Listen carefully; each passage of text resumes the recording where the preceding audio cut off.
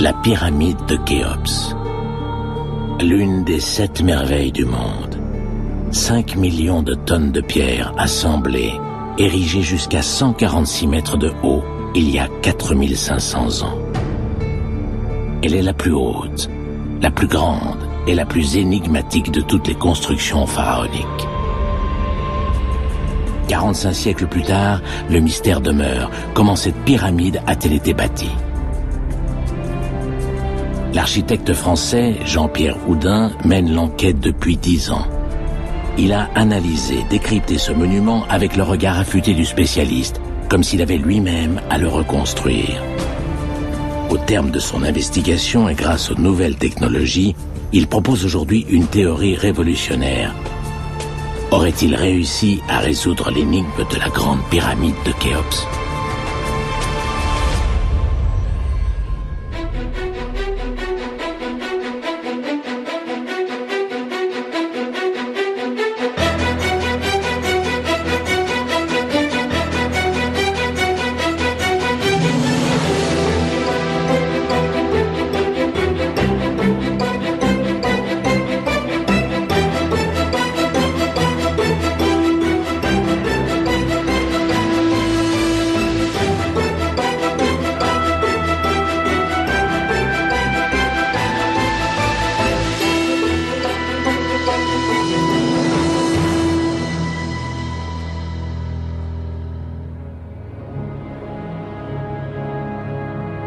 Pour comprendre le mystère des pyramides, il faut remonter dans le temps, à la grande époque où l'Égypte construisait ses tombeaux démesurés.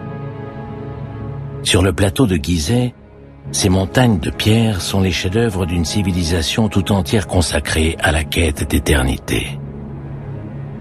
Les pyramides étaient des portails sacrés, permettant aux rois défunts de voyager vers le monde des immortels.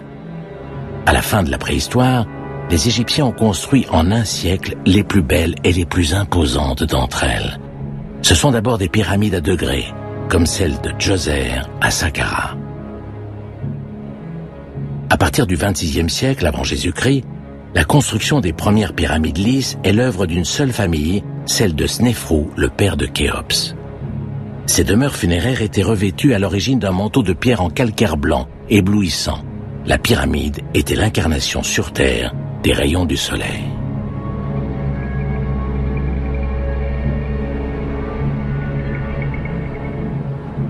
Au fil du temps, ces pierres de revêtement ont été pillées pour construire des palais, des temples et des mosquées. Khéops en a conservé quelques-unes à sa base, et Khéphren a gardé son chapeau de pierre si reconnaissable au sommet. Après celle de Khéphren, l'Égypte ne construira plus de pyramides monumentales. Cette incroyable avancée technologique n'a duré qu'un siècle. Peu après, l'Égypte est victime d'un changement climatique important qui plonge le pays dans la sécheresse, entraîne guerre civile, invasion et déchirement. Le secret de fabrication des pyramides disparaît pendant cette période de trouble.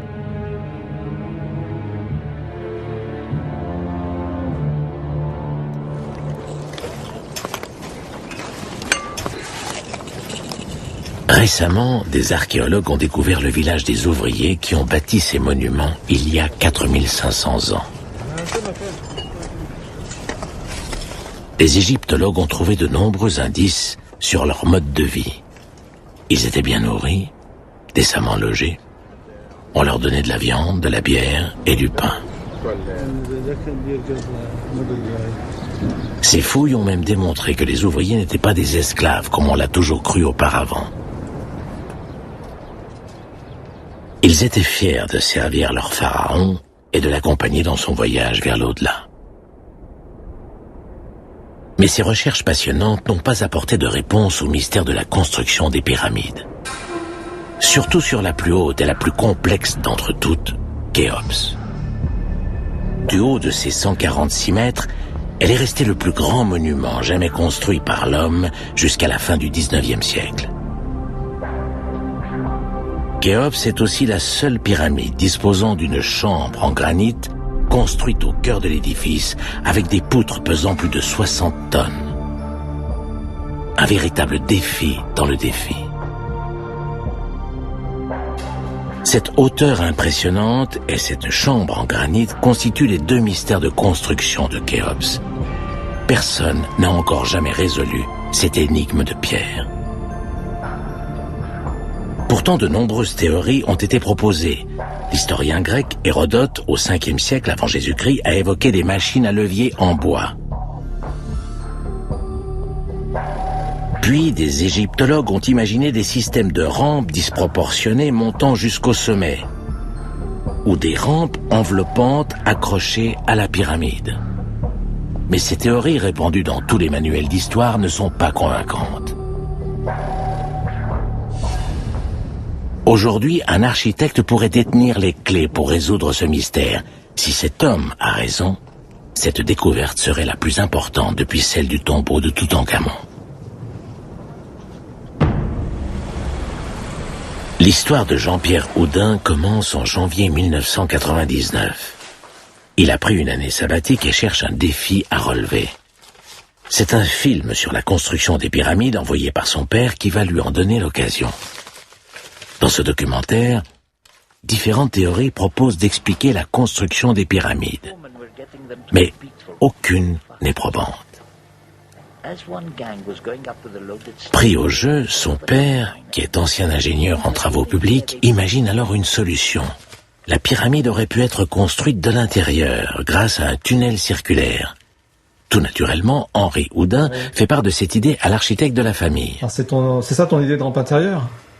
Ouais, c'est intriguant ton truc. Je regarde ton dessin, et puis je te rappelle. Je crois qu'on part comme ça. Allez, à tout à l'heure. À tout à l'heure. Fasciné par cette histoire, Jean-Pierre dévore les meilleurs ouvrages sur la question, décortique tous les plans et analyse toutes les théories. Du jour au lendemain, il se passionne pour ces merveilles de l'Égypte antique. L'architecte sans histoire se transforme en un obsessionnel génial.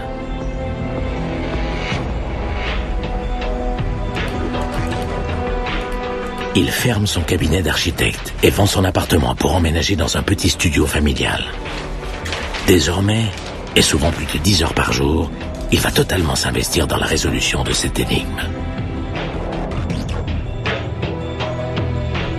Son travail se base sur l'intuition de son père, et il y apporte des changements compatibles avec le savoir-faire des anciens Égyptiens. Ta rampe, tu vois, elle est là, c'est ça qui est génial, c'est l'idée. On est à l'intérieur. Mais moi, je te propose qu'on la casse par section, comme ça. Ça me paraît tout à fait logique. Hein. Colimaçon, mais un colimaçon à angle droit. Et tu vois, ça va monter comme ça. T'as plus qu'à travailler là-dessus. Je pense que d'ici une bonne dizaine d'années, je t'emmènerai dans la rampe intérieure, parce qu'il va y avoir du boulot. Les Égyptiens ne savaient pas concevoir des tunnels circulaires à l'époque. Par contre, ils savaient faire des galeries à angle droit. Patiemment, Jean-Pierre développe cette idée de rampe interne. Sa galerie permet d'acheminer les blocs en calcaire jusqu'au sommet, à 146 mètres de haut. Selon lui, la pente de cette rampe n'excède jamais 7%, car au-delà, elle serait trop raide pour tirer ses pierres. Dans les angles, des encoches permettent de faire pivoter les blocs et servent aussi à aérer les tunnels.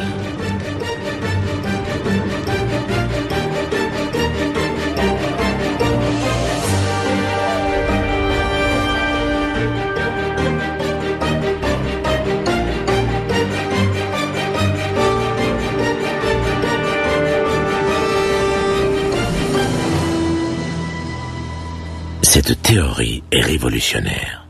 Mais encore faut-il prouver bel et bien que cette rampe existe. Trouver les indices qui viendront accréditer sa thèse. Jean-Pierre doit maintenant passer à la vitesse supérieure et pour cela, il lui faut convaincre les spécialistes de la question, les experts en la matière. Pendant plusieurs mois, il tente de rentrer en contact avec de nombreux égyptologues, mais aucun ne lui répond. Ils sont lassés de recevoir encore une nouvelle théorie sur les pyramides et ne prennent même pas le temps d'examiner son dossier. Jean-Pierre ne fait pas partie du sérail, c'est un outsider. Pourtant, la construction des pyramides est bien une affaire d'architectes, autant, sinon plus que d'égyptologues.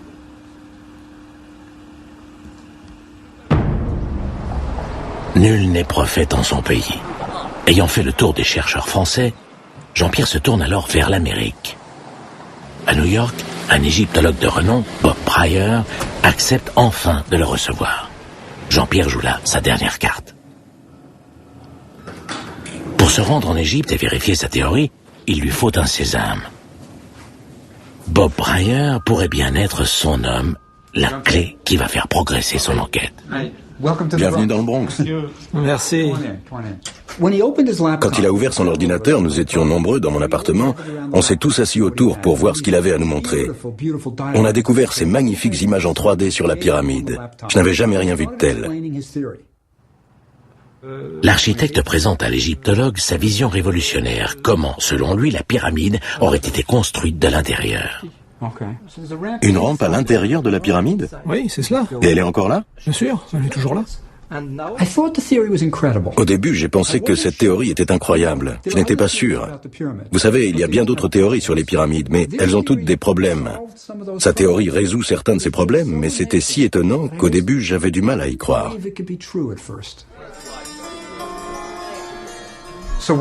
Alors, quand tu as vu la pyramide pour la première fois, qu'en as-tu pensé? Ah, faut que je te dise, Bob, je n'ai encore jamais visité les pyramides. Tu n'as jamais vu les pyramides? Tu travailles dessus depuis 5 ans et tu n'es pas encore allé les voir? Mais pourquoi? Parce que je pense que c'est un travail intellectuel. Oui, comme ça, je suis complètement libre. C'est un concept. Au départ, l'architecte qui conçoit la pyramide ne l'a pas en face de lui. Écoute, si tu veux que quelqu'un prenne ta théorie au sérieux, tu dois voir la pyramide. Bob Pryor est fasciné par l'histoire et la théorie de Jean-Pierre. Il décide de l'aider et le convainc de se rendre en Égypte.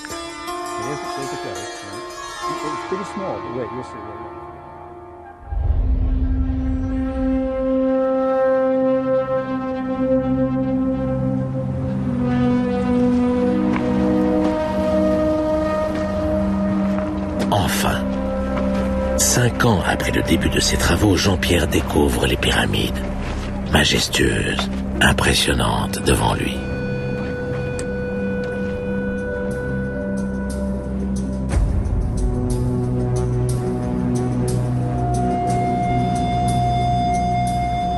Je vous dirais pas, je suis arrivé, j'ai dit, oh, c'est la pyramide.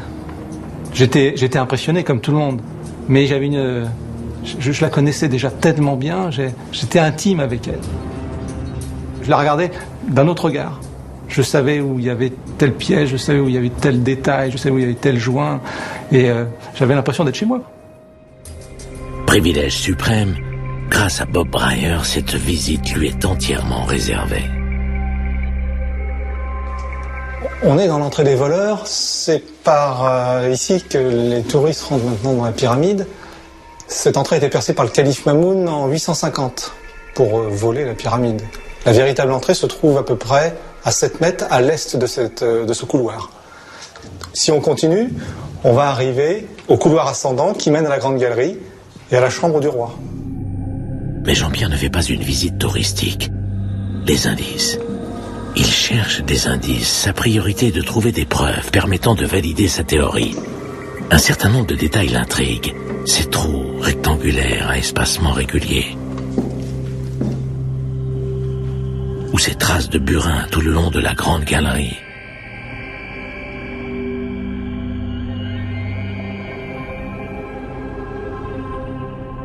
Enfin, il pénètre dans la chambre du roi, construite tout en granit.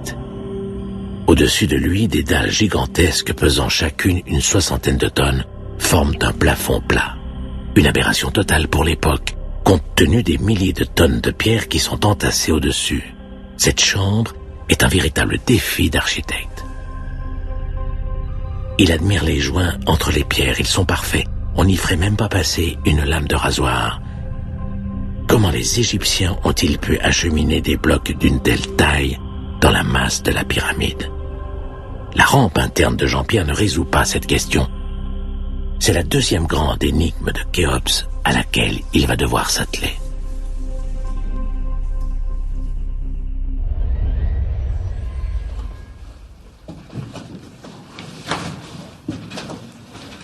En haut de la grande galerie, il y a un passage étroit qui mène au-dessus de la chambre du roi.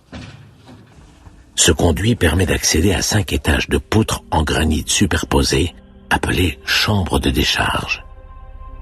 Elles sont surmontées de blocs en chevrons démesurés. Ces pierres allègent le poids qui s'exerce sur le plafond de la chambre funéraire. Sans cet incroyable dispositif, le plafond de la chambre du roi et la grande galerie auraient cédé sous la charge. Mais ces poutres en granit se sont un peu fissurées pendant la construction. Pour vérifier l'étendue des dégâts, les bâtisseurs de Khéops ont donc ouvert ce passage, permettant d'accéder au cœur de ce système architectural fascinant.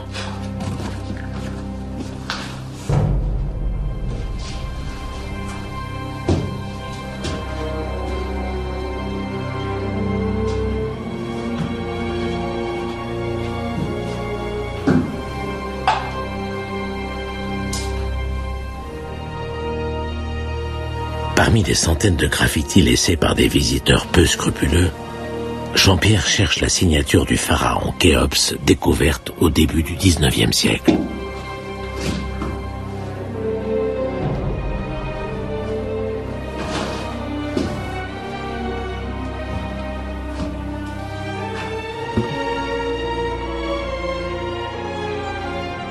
C'est bien la preuve que c'est la pyramide de Khéops.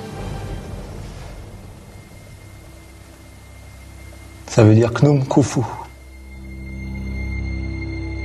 On est au cœur de la pyramide.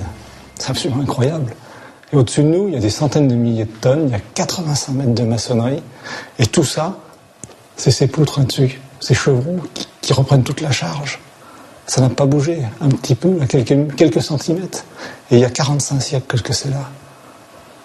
Il faut sentir le calme. On est au cœur. La tranquillité. C'est quand même assez émouvant.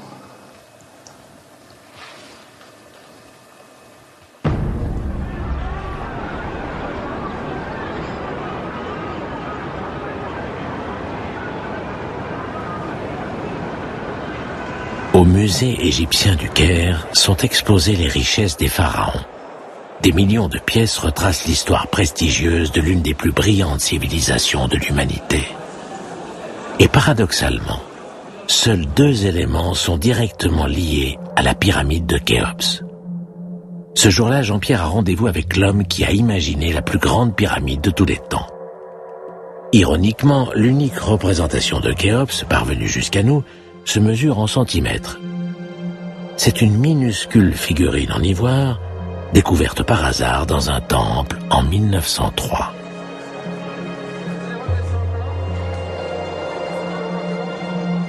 Malgré cette absence de statue monumentale, la mémoire de Khéops est toujours vivante. Tel un sphinx énigmatique, il tient encore le monde en haleine avec le mystère de la construction de sa pyramide.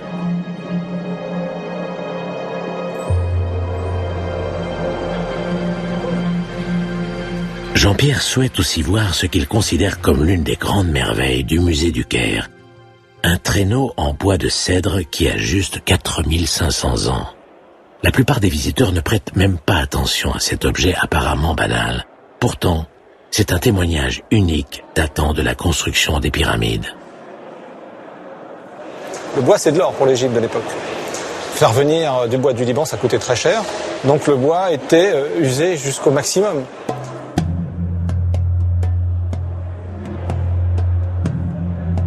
À l'époque de Khéops, les Égyptiens ne connaissaient pas la roue.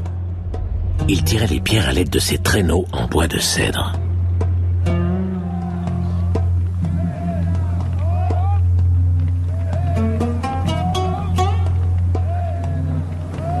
Compte tenu des outils qu'ils avaient à leur disposition, les anciens Égyptiens ont réalisé de véritables prouesses techniques. Leurs constructions monumentales ont traversé le temps. Elles révèlent le génie bâtisseur de ces hommes de l'Antiquité et continuent de fasciner égyptologues et architectes. Bob Brier est convaincu du bien fondé de la théorie de Jean-Pierre. Il l'a rejoint au Caire pour l'aider à trouver sur le terrain de nouveaux indices. Tu veux une bière? Non, merci, un thé à la menthe. Pour préparer leur petite expédition du lendemain, ils commencent par passer en revue les théories imaginées par d'autres pour construire les pyramides. Aux yeux de l'architecte, elles présentent des inconvénients majeurs. Ou c'est trop pentu. Oui, c'est un grand problème avec ce rampe, oui. C'est un grand problème. Ou c'est trop pentu, ou c'est trop long. Oui. Et après, ça traverse la carrière. Parce que la pyramide est très haute. Il faut 1,6 km. Oui. Et la rampe, elle est plus grosse que la pyramide elle-même. Oui. Ça, c'est très raide. Oui. Alors ça, c'est bien pour faire du ski. Hein, c'est les Jeux Olympiques, là, c'est très bien. Dites-moi, qu'est-ce que c'est? Ça, c'est HIV. Le virus du sida, peut-être. Maybe. Hein? Peut-être. Celle-là, elle est intéressante. C'est une théorie très importante. Oui, parce que, c'est intéressant. Oui. Parce que les 1,6 km, on les a pas devant la pyramide, on les a autour. Oui. Ce type de rampe enveloppante soulève de nombreuses interrogations. Comment accrocher solidement une telle rampe à une pyramide lisse? Comment fait-on pour négocier un virage avec 600 hommes, sachant que c'est le nombre nécessaire requis pour tirer un bloc en granit de 60 tonnes? De plus, ce type de rampe enveloppante ne permet pas de voir l'alignement des arêtes au fur et à mesure de la construction. Si les arêtes ne sont pas parfaitement alignées et contrôlées, la pyramide risque de vriller.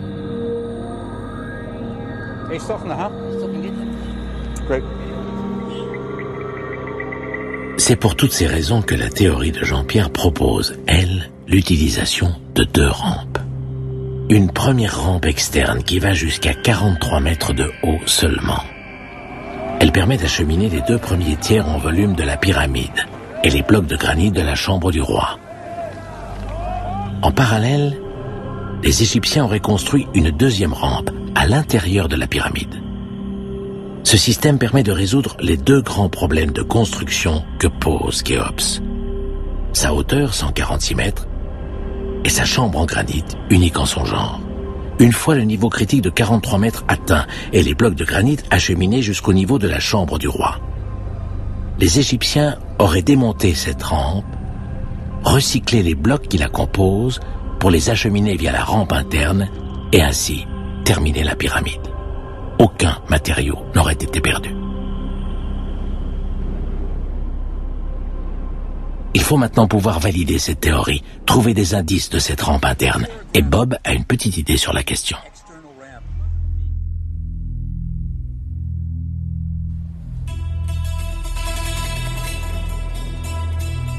À 15 km au sud du Caire, l'égyptologue emmène Jean-Pierre sur les ruines d'un temple dédié au soleil, construit 100 ans après la pyramide de Khéops. Ce temple a été détruit à la fin du 19e siècle, mais il nous reste un dessin d'architecte datant d'avant son démantèlement. Sur ce dessin, on peut voir que ce temple possédait un couloir similaire à la rampe interne de Jean-Pierre. Nos 2 enquêteurs veulent vérifier de visu ce qu'il en reste. On va peut-être pouvoir imaginer la rampe. Tu vas pas avoir besoin de l'imaginer, Jean-Pierre. Alors, c'est une rampe interne? C'est une rampe intérieure, ça. Oui. Certainement. Comme on dit en français, il n'y a pas photo, là. Oui. Le premier virage, c'est une rampe à cartonnant, comme la mienne. Like mine. Yes. Let me show you something up here. Viens, je vais te montrer quelque chose, ça va te plaire. You're gonna like it. Now, this block for the ceiling, right? Ce bloc, il était au plafond, non? Oui. Oui. Color the blue. La couleur bleue, là, c'était pour le ciel et les étoiles. Ici, tu vois le cercle avec les branches. Ah oui, il y a plein d'étoiles. Yes, all over the block. Oui, sur tout le bloc. Donc, c'était une pierre du plafond de la rampe interne. Look at the diagram, though. Regardons le dessin pour voir ce qu'on peut en déduire. On a monté la rampe par ici, et on a tourné là. Et ce bloc, que penses-tu? C'est peut-être celui-ci ou celui-là. Oui, donc ce bloc ne pouvait être qu'à l'un de ces 2 endroits. C'est un bloc du plafond, c'est une rampe interne, définitivement. C'est vraiment une rampe intérieure, ça. Ce vestige de rampe interne est la preuve que les anciens Égyptiens savaient construire ce type de couloir à l'époque de Khéops. Ce premier indice très important accrédite la thèse de l'architecte. Mais la démonstration ne s'arrête pas là.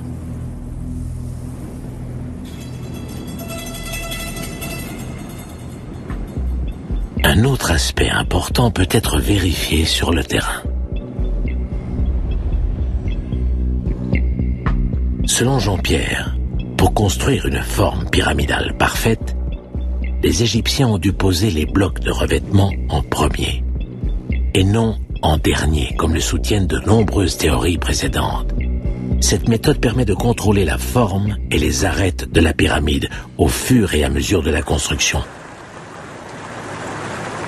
Pour comprendre ce principe, il faut se rendre à Dachour, situé à une trentaine de kilomètres au sud du Caire. Ces magnifiques pierres de façade intéressent particulièrement Jean-Pierre et Bob.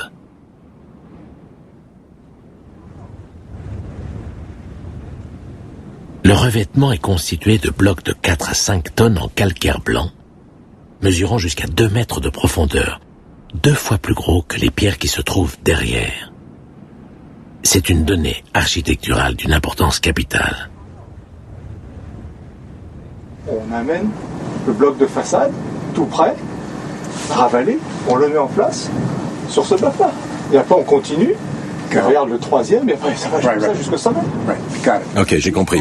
Les blocs de façade doivent être posés dès le départ, du bas vers le haut. Formel que la façade était faite au fur et à mesure de la construction et que la pyramide était terminée en façade. Les blocs de façade auraient donc bien été posés en premier, permettant ainsi de contrôler la forme de la pyramide au fur et à mesure du chantier. Ensuite, les Égyptiens auraient accolé une seconde rangée de pierres bien taillées, suivie de blocs plus grossiers, de tailles différentes, un peu comme du remplissage. Cela aurait permis d'aller plus vite et de finir la construction en une vingtaine d'années, comme le mentionnent d'anciens manuscrits égyptiens.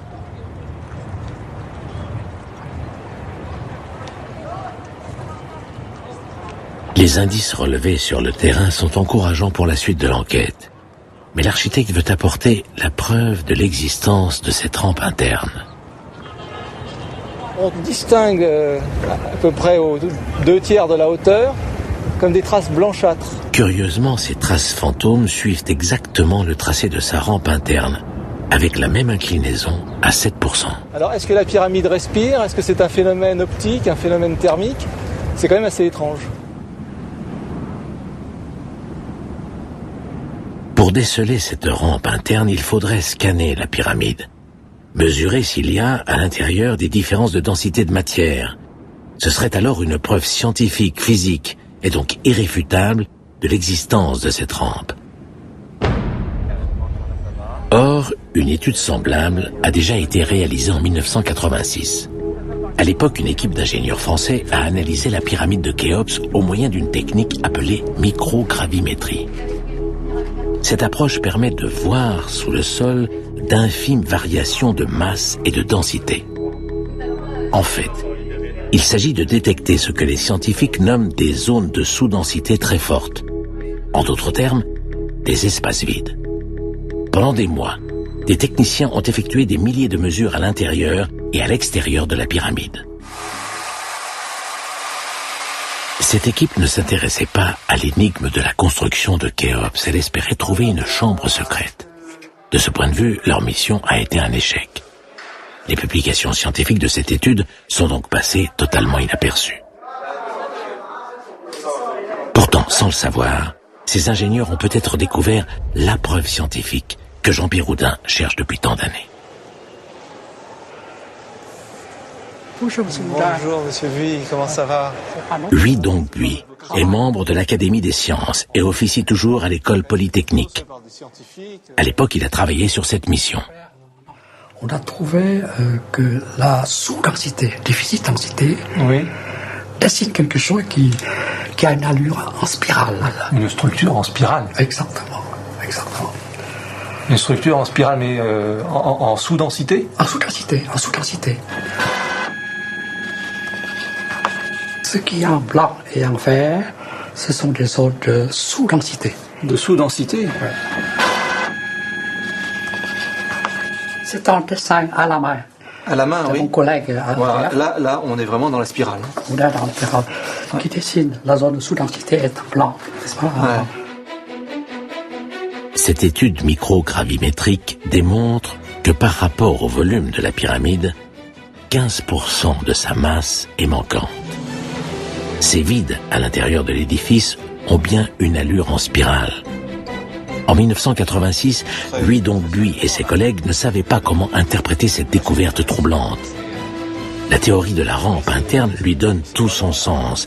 La microgravimétrie apporte la preuve scientifique irréfutable qui persuade Jean-Pierre de consacrer sa vie à l'énigme de la construction de Khéops.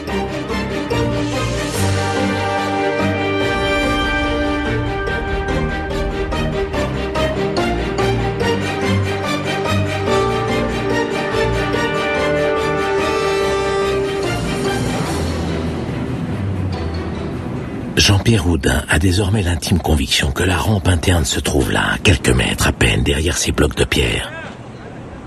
Mais l'enquête continue. Il lui faut une seconde preuve. Dans la continuité des traces fantômes repérées précédemment, un indice l'intrigue au plus haut point.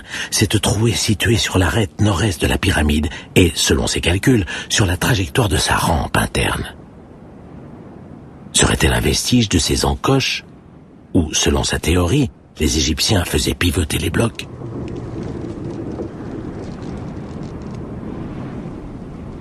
Il faut aller voir, mais ce n'est pas si simple. Il est interdit d'escalader les pyramides. L'ascension peut être dangereuse et de nombreux touristes ont été victimes d'accidents. Observe la forme de cette encoche. D'accord. Le sol. Les murs.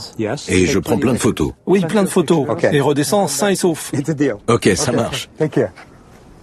Bob Breyer a réussi à obtenir une permission spéciale. Pour les égyptologues, les autorités égyptiennes savent faire des exceptions. Accompagné par un caméraman féru d'alpinisme, il va voir à quoi ressemble cette encoche.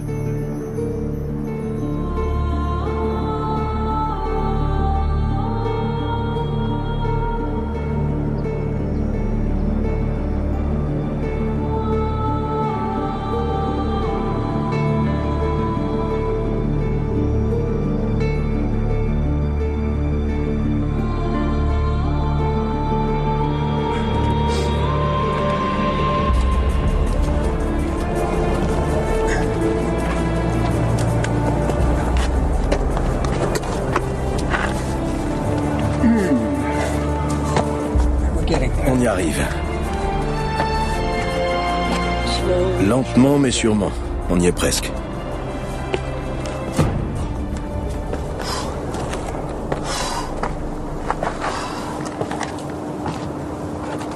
Wow. Ah.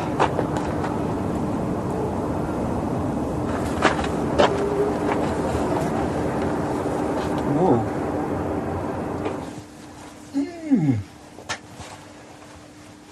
C'est noir. Bob Breyer ne s'attendait pas à trouver cette pièce obscure. Il n'a même pas pris de torche suffisamment forte pour éclairer les lieux. Je pense que c'est intéressant. Ce n'est pas la rampe interne, mais c'est très intéressant. Pourquoi l'espace grand? Je ne sais. Les photos. Pour Jean-Pierre. Cette pièce n'a pas été creusée dans la pierre, mais date visiblement de la construction de la pyramide. Elle n'est décrite dans aucun livre d'égyptologie. Personne ne s'est encore intéressé à cette curiosité architecturale. Cette pièce inattendue serait-elle un indice supplémentaire de l'existence d'une rampe interne?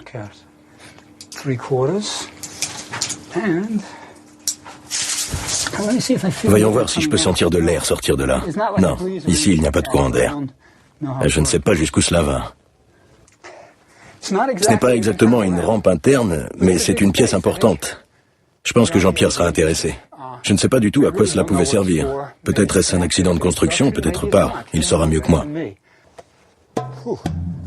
Better.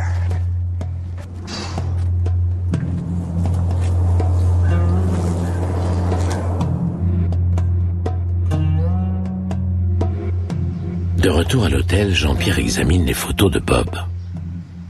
Ensuite, il vérifie sur les plans de la pyramide si cette cavité derrière l'encoche est décrite ou dessinée, même s'il sait très bien qu'elle n'y est pas. Il regrette de n'avoir pu observer cette pièce par lui-même. Jean-Pierre a le sentiment étrange d'être à la fois si proche et si loin de la résolution du mystère. Pourtant, il possède un certain nombre d'indices pour confirmer sa théorie. Les blocs de parement ont bien été posés en premier. Cela exclut une rampe enveloppante car elle n'aurait pas pu être accrochée sur cette paroi lisse. Le temple de Nyuserere est une preuve que les anciens Égyptiens savaient construire une rampe interne. Les traces fantômes sur la pyramide, avec leur inclinaison à 7%, sont troublantes. Ensuite, les résultats scientifiques de la microgravimétrie sont une preuve indéniable de l'existence de vide en forme de spirale, comme sa rampe à l'intérieur de la pyramide. Et enfin, la présence de cette cavité découverte par Bob derrière l'encoche. Reste une dernière énigme au cœur même de la pyramide, celle de la construction de la chambre du roi, une chambre tout en granit.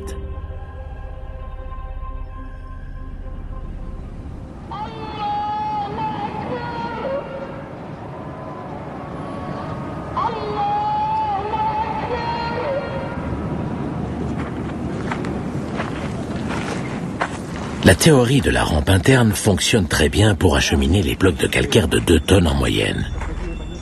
Mais comment les ouvriers de l'Antiquité ont-ils fait pour monter des blocs de granit bien plus lourds?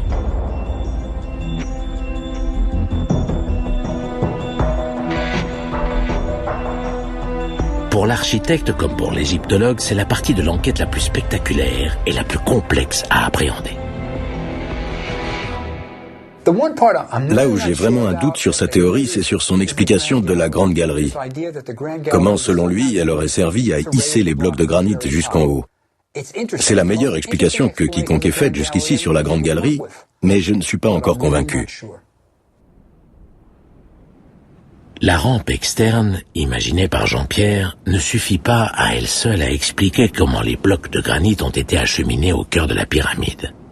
Sur une rampe à 7%, la force de 600 hommes est nécessaire pour tirer un bloc de 60 tonnes. Or, coordonner autant d'hommes est une gageure.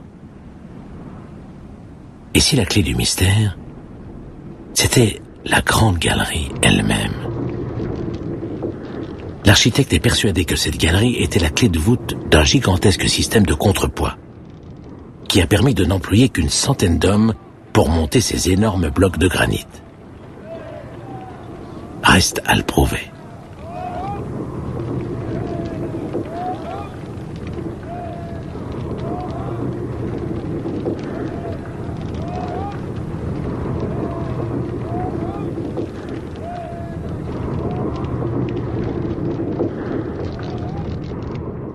La Grande Galerie est vraiment une structure impressionnante. Mesurant 8 mètres de haut sur 48 de long avec une pente à 50%, elle a intrigué tous ceux qui l'ont empruntée. Cette configuration n'a aucun sens d'un point de vue rituel. Aurait-elle donc été construite pour des raisons pratiques?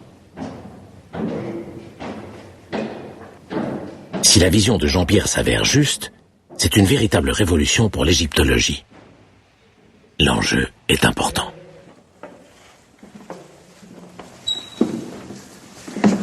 Jean-Pierre, tu es l'homme de la théorie. Tu as plein de choses à expliquer. Premièrement, comment expliques-tu ces banquettes? Sur ces banquettes, il y avait des rouleaux. Des rondins de bois? Oui, des rondins. Et sur ces rondins, il y avait un chariot pour le système de contrepoids. D'accord. Donc le chariot monte et descend sur les rondins qui sont entre les deux banquettes. Autre question. Il y a 28 mortaises comme celle-ci.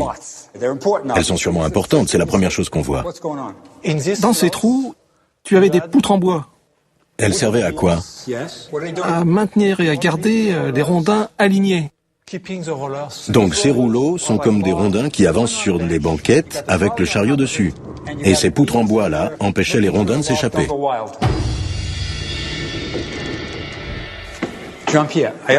J'ai compris.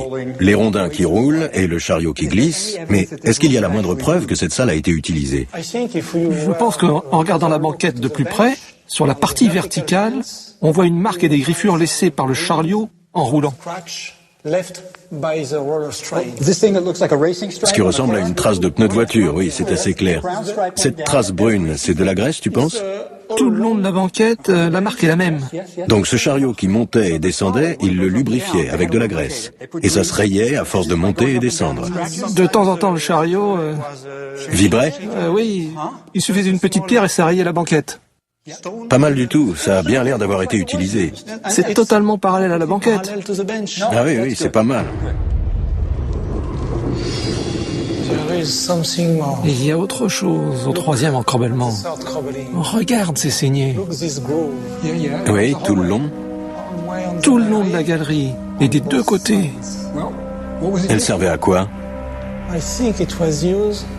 Je pense qu'elle contenait des glissières en bois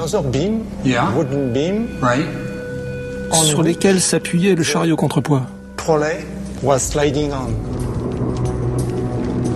Pour les Égyptiens de l'époque, le bois était un matériau rare et précieux. Selon Jean-Pierre, ils auraient donc récupéré ces glissières en bois à la fin de la construction de la pyramide, d'où ces traces de burin.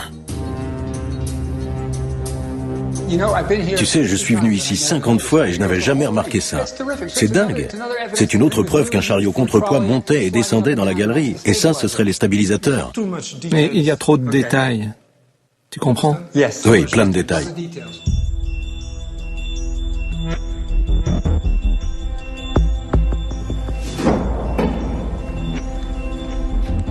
En haut de la grande galerie, il existe un indice supplémentaire. Cette marche remaçonnée était à l'origine taillée en V, peut-être pour faciliter le glissement des cordes.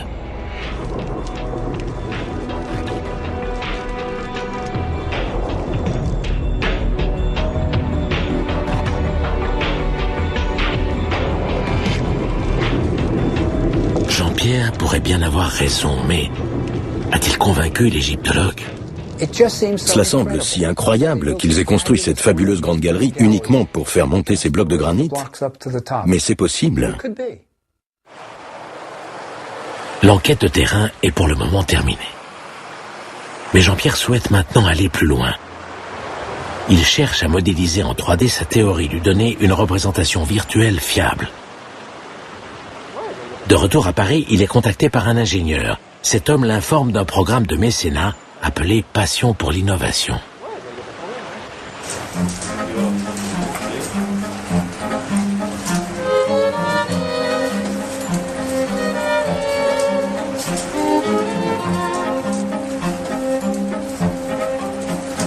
T'as vraiment l'impression de marcher Ah oui, on est bien immergé. En revanche, il va falloir régler le capteur de position latérale. Je pense qu'il ça, tu sais, je pense qu'il est mal branché. Ouais.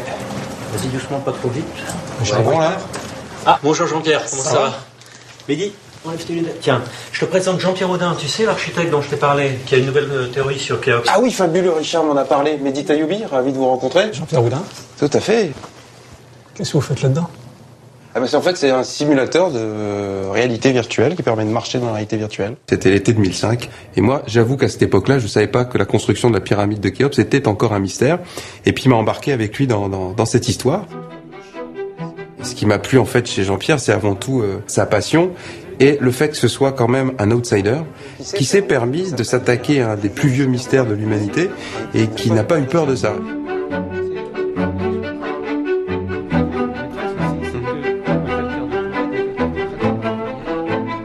Richard, tu penses pas que ça pourrait simuler tout ça? Ah bah là, oui, mes images 3D, Oui, on peut passer à la vitesse supérieure. Déjà, on peut modéliser ça en 3D sans problème. Pas de raison qu'on le fasse pour un avion, une voiture et qu'on puisse pas le faire pour une pyramide. Hein. L'entreprise Dassault Systèmes développe des logiciels de 3D scientifiques qui rendent possible les grands chantiers du futur. Ces nouveaux outils permettent de simuler entièrement un projet industriel avant de le concrétiser dans le monde réel. Du design à l'ingénierie jusqu'au projet d'architecture hors du commun. ces logiciels sont comme des chambres de tests virtuels, évaluant par anticipation la cohérence et la faisabilité de ce que les concepteurs imaginent.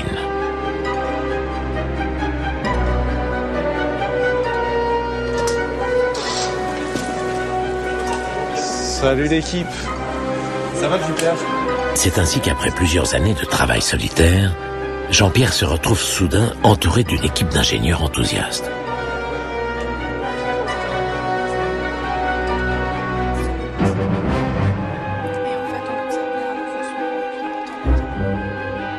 Donc la première phase, en fait, modélise l'ensemble de la rampe externe et une partie de la pyramide.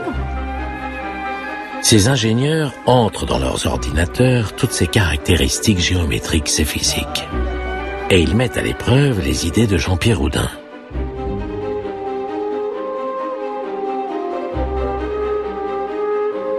Et en le simulant, on démontre que tout fonctionne correctement.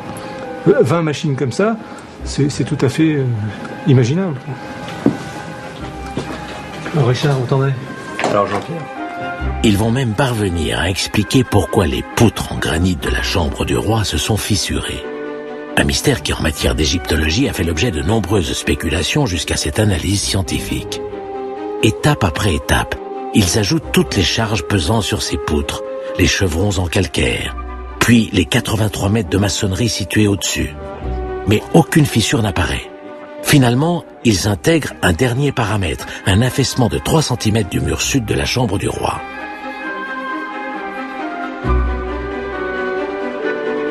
Avec la pyramide terminée, regarde, on affaisse du côté du sud, les chevrons s'ouvrent et regarde ici. On retrouve les fissures qui... Sur les 3 premiers plafonds, du rouge, du rouge, du rouge, du rouge. Le rouge, ça veut dire on est au point de rupture de granit.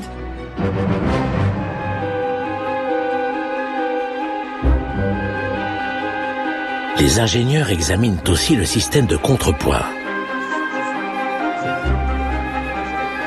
On a le contrepoids qui descend, la poutre qui monte, et la petite flèche jaune là-bas, c'est... Ça représente la force. La force à exercer par les hommes. Donc la force, c'est le nombre d'hommes. Voilà. On a découvert en fait aucune impossibilité dans la théorie de Jean-Pierre. Alors bien sûr, on ne dit pas que ça s'est passé comme ça parce qu'on n'était pas là pour le voir, mais on dit que ça aurait très bien pu se passer comme ça. Vis-à-vis de la mécanique, tout colle, c'est vraisemblable, ça tient la route. Jean-Pierre Houdin serait-il parvenu au bout de son défi? En tout cas, sa théorie est la première et la seule à être validée par la 3D scientifique. Désormais, il est possible de reconstruire étape après étape Khéops à l'identique. Personne n'était jamais allé aussi loin.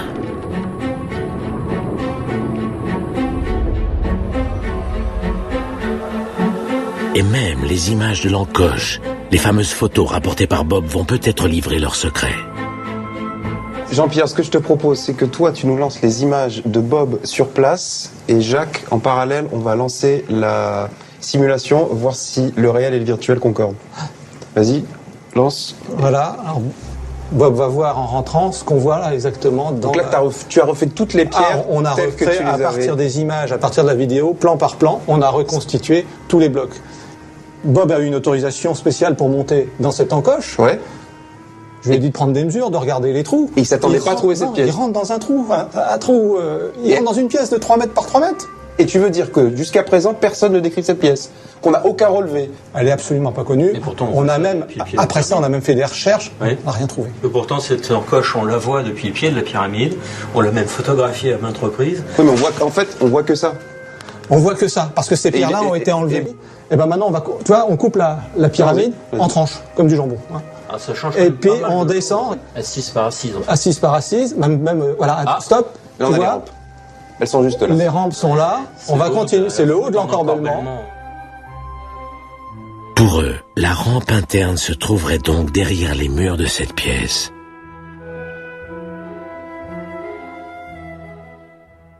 Tu vois, Mehdi, derrière cette pierre. Vas-y, Jacques, enlève cette pierre. Enlève cette pierre. Qu'est-ce qu'il y a? La rampe intérieure. Et t'avais pas de caméra pour endoscopique pour c'était pas prévu. Cette caméra là. Mais c'est le genre de truc où on est malheureux. Elle est à portée de la main. Ouais. Elle est à portée de la main. Elle est là. Mais tu sais, il y a des fuites. Ouais, déjà avec des moyens non destructifs. Avec une caméra thermique, on verra des fuites entre les joints. Bien sûr, il y aura des Et l'air qui va sortir de ça, il sera plus frais que l'air dans la pièce. T'es en train de me dire qu'il te suffirait d'avoir l'autorisation de retourner dans cette pièce dans laquelle était Bob, et avec une caméra thermique en se mettant juste devant les deux blocs, on pourrait voir qu'il y a une rampe à l'intérieur. J'ai le feu vert pour aller là, on a la preuve que la rampe intérieure, elle est là. Si comme tout porte à le croire, Jean-Pierre a raison, cette découverte aura un immense retentissement. La fin du mystère ne tient plus désormais qu'à une seule autorisation. Une autorisation longue à obtenir, car les autorités égyptiennes sont d'une prudence à toute épreuve. Mais quelques mois ou quelques années de plus à attendre n'effraie pas notre architecte. Cela fait déjà 10 ans qu'il travaille sur le sujet. Quand on s'attaque aux pyramides, la notion du temps devient toute relative. En attendant le grand jour et l'ultime validation sur place, il a décidé de présenter au monde sa théorie.